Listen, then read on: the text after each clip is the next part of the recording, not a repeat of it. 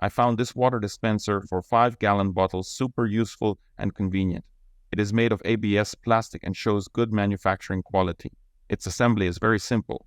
First, we insert the silicone hose into the body of the water dispenser.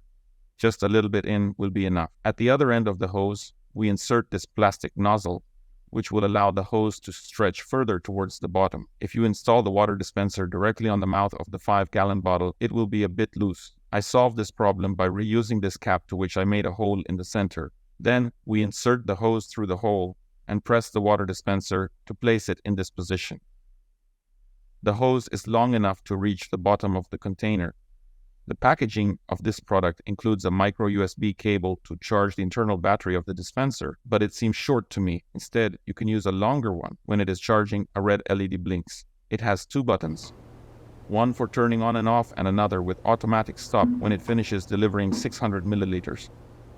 I think this dispenser is great, and that's why I recommend it to you.